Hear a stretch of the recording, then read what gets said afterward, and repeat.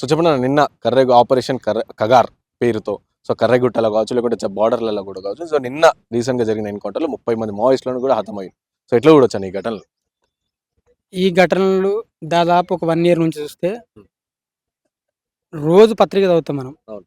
ఆ పత్రికల నెత్తురు కాలువలై పారుతుంది. హ్మ్. కన్నీళ్లొస్తున్నాయి. సుప్రీం కోర్ట్ ఒక సందర్భంలో ఒక మాట మాట్లాడితే ఏమంటే రిపబ్లిక్ తన పిల్లల్ని తాను చంపుకుంటదని మాట్లాడింది. హ్మ్. హ్మ్. నక్సలైట్లు ఎవరండి? హ్మ్. పాకిస్తాన్‌లో పుట్టిర్రా? బంగ్లాదేశ్‌లో పుట్టిర్రా? చైనాలో పుట్టిర్రా? ఈ దేశంలో పుట్టినోళ్ళే గదా! హ్మ్. దానికి ఒక డెడ్‌లైన్ పెట్టుకొని భారత రాజ్యాంగం మీద ప్రమాణం చేసిన వ్యక్తి. హ్మ్. ఈ దేశ హోం మంత్రి. భారత రాజ్యాంగం మీద ప్రమాణం చేసిన హోం మంత్రి హ్మ్. మార్చి 26, 2026 వరకు హ్మ్. నేను నక్సలిజం లేకుండా చంపేస్తాను మాట్లాడితే, ఇక్కడున్న మేధావులు, బుద్ధిజీవులు, ప్రజలు హ్మ్. అందరూ ఏం మాట్లాడగలుగుతారు? ఏం చేయగలుగుతున్నాం? నిన్న ఒక మొన్న 30 మంది, అవును. అంతకుముందుకు 20 మంది, అంతకుముందు 50 మంది, దాదాపు సంవత్సరంలో 700 మంది చంపిర్రు. అవును. ఇంకెంతమంది చంపుతారు చెప్పు? హ్మ్. ఇంకెన్ని రోజులు చంపుతారు? హ్మ్. బాబాసాహెబ్ అంబేద్కర్ భారత రాజ్యాంగంలో 21వ ఆర్టికల్ ఉంటది. ఏం చెప్పింది ఆర్టికల్? హ్మ్. జీవించే హక్కిచ్చిండు. అంటే ఈ భూమి మీద పుట్టిన ప్రతి ఒక్కళ్ళు జీవించాలని చెప్పిండు హ్మ్. అంబేద్కర్. మరి జీవించే హక్కును కేంద్ర ప్రభుత్వం ఎట్లా కాలరాస్తది? హ్మ్. ఎట్లా చంపేస్తది? హ్మ్. ఇది రాజ్యాంగానికి విరుద్ధం కదా! వాళ్ళు 6 నెలల నుండి తుపాకులు పక్కబెట్టి మేము శాంతి చర్చలకొస్తామనంటే, హోంమంత్రి ఏమంటాడు? శాంతి చర్చలు లేవు. హ్మ్. చంపడమే మా ఎజెండా అని మాట్లాడతాడు. బండి సంజయ్. బండి సంజయ్. హ్మ్. పాపం వాడు బండి సంజయ్ వాడు వేస్ట్ వాడు. వాడు ఏం మాట్లాడతాడో వానికే తెలవదు. హ్మ్. వాడు అసలు ఎంత సిగ్గుచేటు ఆ కరీంనగర్ ప్రజలకు ఏం పుట్టిందో నాకు అర్థం కాదు. హ్మ్. అంతా చైతన్యం ఉన్న ప్రాంతము, తిరుగుబాట్లు ఉన్న ప్రాంతము, జైత్యాల్లో జైత్రయాత్ర నడిచిన ప్రాంతం. ఏమైందండి? హ్మ్. గుట్కా, అంబర్‌గానికి, పాన్‌గానికి వానికి పాన్ పరాగుని ఓటెత్తిరి హ్మ్. వాడు కేంద్ర సహాయ మంత్రి వాడు ఏం మాట్లాడు చంపేస్తాం మేము. హ్మ్. ఎట్లా చంపేస్తావా? హ్మ్. నీకెవడిచ్చిండు రైటు? హ్మ్. చెప్పు. చానా తప్పు. మొన్న కర్రగుట్టలో ఏమైంది? ఆ బాంబ్ బ్లాస్టింగ్ జరిగి ముగ్గురు చనిపోయారు. ముగ్గురు చనిపోయారు. ఆ చనిపోయినోళ్ళు ఏ ఏ ఏ ఏ ఏ బిడ్డలాలు? హ్మ్. మళ్ళా కింది వర్గాల బిడ్డలే గదా! వాళ్ళు చర్చలకొస్తామంటే వీళ్ళు చర్చలకొద్దని అంటే ఈ ముగ్గురు చంపింది మావోయిస్టులు గాదు. ఈ ప్రభుత్వాలు చంపినయి. హ్మ్. ఈ పోలీస్ మొన్న చచ్చిపోయిన పోలీసు వాళ్ళను హ్మ్. కేవలం ప్రభుత్వాలు చంపినయి. వాళ్ళ చావుకు ప్రభుత్వమే బాధ్యత వహించాలి కదా! ఎవరు బాధ్యత వహించాలి? ప్రభుత్వమే. హ్మ్. ఇప్పటికైనా వాళ్ళు చర్చలకొస్తా అంటుర్రు. అంటే నక్సలైట్లు అనేటోళ్ళు రాజ్యాంగం వద్దు అని చెప్పేసి అందుకనే వాళ్ళు ఓటు రాజ్యాంగంకి వ్యతిరేకంగా ఉంటారు కాబట్టి మేము రాజ్యాంగం లోబడి ఉంటాం కాబట్టి మేము ఈ విధంగా చేస్తున్నాం అని చెప్పేసి కూడా ఇటు బండి సంజయ్ కావచ్చు ఇటు బీజేపీ పార్టీ నాయకులు చెప్తా ఉన్నారు. వాళ్ళు రాజ్యాంగం మీద వాళ్ళకు నమ్మకం లేదు. హ్మ్. అది వాస్తవం. హ్మ్. భారత రాజ్యాంగంలో ఏమనుంది? ఆయుధాలు లేకుండా సభలు, సమావేశాలు పెట్టుకోవచ్చని చెప్పిండ్రు. అవును. మరి వాళ్ళిప్పుడు ఏమంటుర్రు? హ్మ్. మేము కాల్పుల విరమణ చేసినాం. ఆయుధాలు పక్కకు పెట్టి శాంతి చర్చలకొస్తాం అంటుర్రు. అవును. మరి శాంతి చర్చలకొస్తాం అన్నప్పుడు నువ్వు పిలవాలి గదా! నువ్వు పిలవకుండా వాళ్ళని చంపేస్తా అంటే నువ్వా ద్రోహివి వాళ్ళా? హ్మ్. మీరు ద్రోహులు గదా! హ్మ్. మనం ఏమంటున్నాము? చంపుకోవడము తప్పు అంటున్నాం. హ్మ్. మనం నక్సలైట్ పార్టీ సపోర్ట్ చేస్తలేం. ఈడ అవును. బీజేపీ పార్టీ సపోర్ట్ చేస్తాం. అవును. అరే ఒక ఒక ఒక తల్లి రొమ్ము పాలు తాగిన ఇద్దరు అన్నదమ్ములు ఎట్ట చచ్చిపోతారు? ఎట్ట చంపుకుంటారు ఒకరినొకరు? హ్మ్. హ్మ్. మేము ఆ విషయాన్ని మాట్లాడుతున్నాం. మేము చర్చలు ఖచ్చితంగా రావాల్సిందే. హ్మ్. చర్చలకొచ్చినంక వాళ్ళొస్తే కదా తెలిసేది. వాళ్ళు కూడా ప్రజల ముందుకొచ్చి చెప్తే అది తెల్లనా, నల్లనా అనేది తెలిసిపోతది గదా! అవును. అవును. మరి నువ్వెందుకు రానియ్యవు? నువ్వెందుకు రావద్దంటావు? హ్మ్. చెప్పు. హ్మ్. ఇంత సిగ్గుచేటండి అమిత్ షా గానికి తలకాయ పని చేస్తుందా వానికి? హ్మ్. మెదడుందా? హ్మ్. ఏమంటాడు నేను డేట్ పెట్టుకొని చంపుడేందండి? హ్మ్. ఎవడాడు అసలు ఒక వ్యక్తి ప్రాణం తీయనీకి వాడెవడు? అమిత్ షా అంటాడు ఇప్పుడు కాదు. వాడు గుజరాత్ హోంమంత్రి ఉన్నప్పటి నుంచే హ్మ్. పిండాలని మెడలేసుకొని తిరిగినోడు. హ్మ్. ఇక వాళ్ళు ఈ దేశభక్తి గురించి మాట్లాడితే నాకైతే నోరుతో నవ్వన్నా, ఇంకా దేనితోనో నవ్వాలని ఇటు నాకు చాలా నక్సలైట్లు అనేటోళ్ళు పోలీస్ అధికారులను చంపుతారు. అండ్ అలాగే వాళ్ళు ఇన్ఫార్మర్ల పేరుతో ఆదివాసులను చంపేది నక్సలైట్లే. మేము పోలీసులం కాదు. సో అలాంటి చంపిన వాళ్ళని మేము ఎందుకు ఊరుకోవాలి అని చెప్పేసి కూడా చెప్తాను. అంటే వీళ్ళు ఇంకో విషయం ఏంటంటే డెవలప్మెంట్ కానీ ఆదివాసి బిడ్డలు వాళ్ళందరూ అడవిలలో ఉండేటప్పుడు సో వాళ్ళకి రోడ్లు వేయాలని నక్సలైట్లు వేయనియరు. వాళ్ళకి లైట్లు పెట్టాలని పెట్టనియరు. సెల్ టవర్ పెట్టాలని పెట్టినారు. సో వాళ్ళకి డెవలప్మెంట్ వద్దా అని చెప్పేసి కూడా బీజేపీ పార్టీ అడుగుతుంది. ఇప్పుడు ఎక్కడో ఆదివాసీ అడవులున్న ప్రాంతాన్ని డెవలప్‌మెంట్ చేత్తాం బీజేపీ అని మాట్లాడినాము. మరి దేశాల 6,00,000 గ్రామాలు ఉన్నాయి గాండి. మరి ఎందుకు గ్రామాలను డెవలప్‌మెంట్ చేయాలే? హ్మ్. చెప్పండి. హ్మ్. ఎందుకు లైట్‌లేయలే? హ్మ్. ఎందుకు స్కూల్‌లు కట్టలే? కేవలము మధ్య భారతదేశంలో ఉన్న సంపదను హ్మ్. అగ్రరాజ్యాలైన అమెరికాకు అమ్మడం కోసమే హ్మ్. ఈరోజు ఆపరేషన్ కగారు పెట్టింది తప్ప, ఈ దేశం మీద ప్రేమతోని పెట్టలే. కేవలం మధ్య భారతదేశంలో విపరీతమైన యురేనియం ప్రపంచం లెక్కలేని సంపదుంది. హ్మ్. వజ్రాలున్నాయి, వైడూర్లున్నాయి. హ్మ్. ఇదంతా పోవాలంటే ఏం జేయాలి? చంపేయాలి. హ్మ్. ఇలా మీరు అంటుర్రు, అభివృద్ధిని అడ్డుకుంది మావోయిస్టులే అని అంటుర్రు. అవును. నేను ఒక ఉదాహరణ చెప్తా.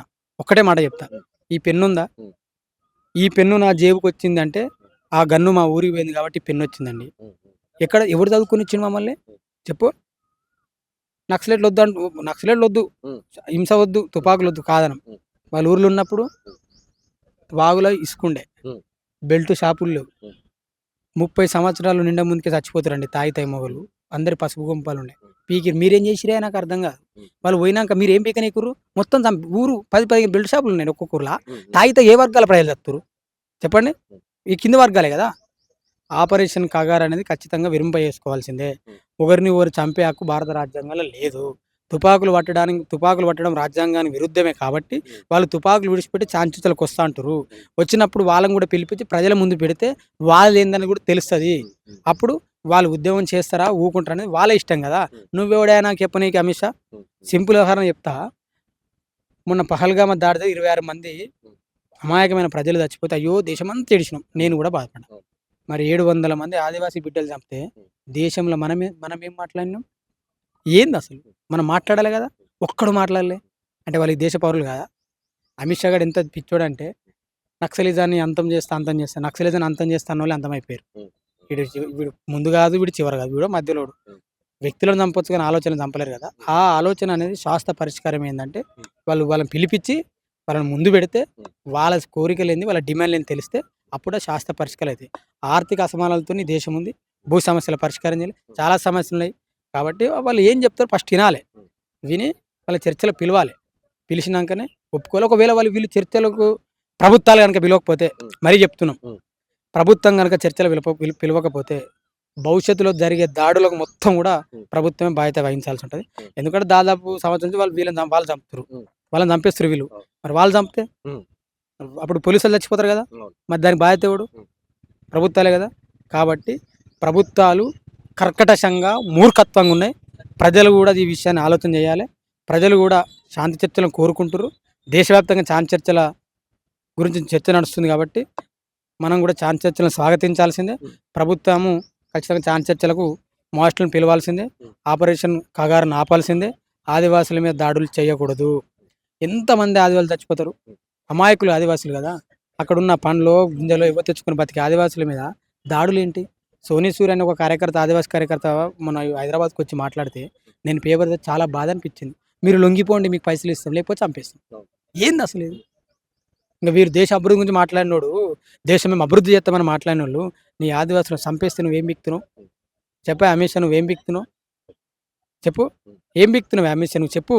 పీకనీకున్నారు మీరు? పవర్లోకి వచ్చిన పీకనీకా? పాకిస్తాన్ యుద్ధం చేస్తాం ఏం చేసిరా? ఇప్పుడు పహల్గామా దాడిలో పాల్గొన్న 6 మంది ఉగ్రవాదులు ఈయన తెలంగాణకు పోయి మన పోరగాళ్ళుగా పబ్జి గేమ్ అన్నాడు, రాకెట్లు బాంబులేసి ఈయన తెలంగాణకు పోయి చంపేసి వచ్చినాడు. మరి 6 మందిని ఎందుకు చంపలే? 100 సార్లు 1000 సార్లు పాకిస్తాన్ ఉగ్రవాదులు భారత్లో చూడబారి దాడులు చేసి అమాయకమైన ప్రజలను చంపినప్పుడు వాళ్ళతో శాంతి చర్చలు ఉంటాయి. మరి ఈ దేశంలో పుట్టి ఈ దేశం గురించి మాట్లాడి ఈ దేశం గురించి చచ్చిపోయే వాళ్ళ గురించి శాంతి చర్చలు ఎందుకు? ఈ దేశంలో పుట్టిన వాళ్ళే కదా నక్సలెట్ అంటోళ్ళు. మరి వాళ్ళతో శాంతి చర్చలు ఎందుకు? ఈ ఏది నీ రాజనీతి ఏంది అంటున్నాను నేను అనేది. అంటే అక్కడ ట్రంప్ ఉన్నాడు, ఇక్కడ కూడా ట్రంపే. మనం పెద్ద ఈయన విశ్వగురు అంటే ఏమో తొడతాం అనుకున్నాను. అసలు వీడు విశ్వగురు కదా. పిరికోడు బట్టి నరేంద్ర మోడీ ఏందే బట్టి పిరికోడాడు, పిచ్చిపిత్తులోడు మోడీ పిచ్చోడాడు.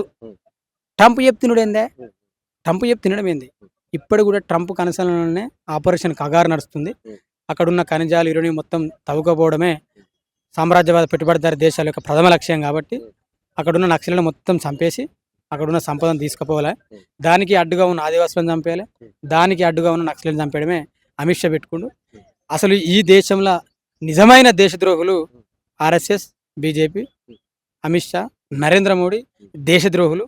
ఈ నిజమైన దేశభక్తులు నక్సలైట్లు, అంబేద్కర్ వాదులే నిజమైన దేశభక్తులు. ఎందుకు అంటే వాళ్ళు తుపాకులు విడిచిపెట్టి మేము చర్చలకు వస్తామంటారు. అంబేద్కర్ వాదులు ఎందుకు దేశభక్తులు అంటే శ్రమజీవులు, ఎవరిని మోసం చేయరు, ఇంకొని చంపేరు. కాబట్టి వీళ్ళది దేశం. వీళ్ళు ఖచ్చితంగా ప్రజలను ప్రేమిస్తారు, ప్రజల కోసం ఉంటారు. ఆపరేషన్ కగారును ఆపకపోతే ఖచ్చితంగా బీజేపీ ప్రభుత్వాన్ని ప్రజలు ఆపేస్తారని కూడా నేను తెలియజేస్తున్నాను.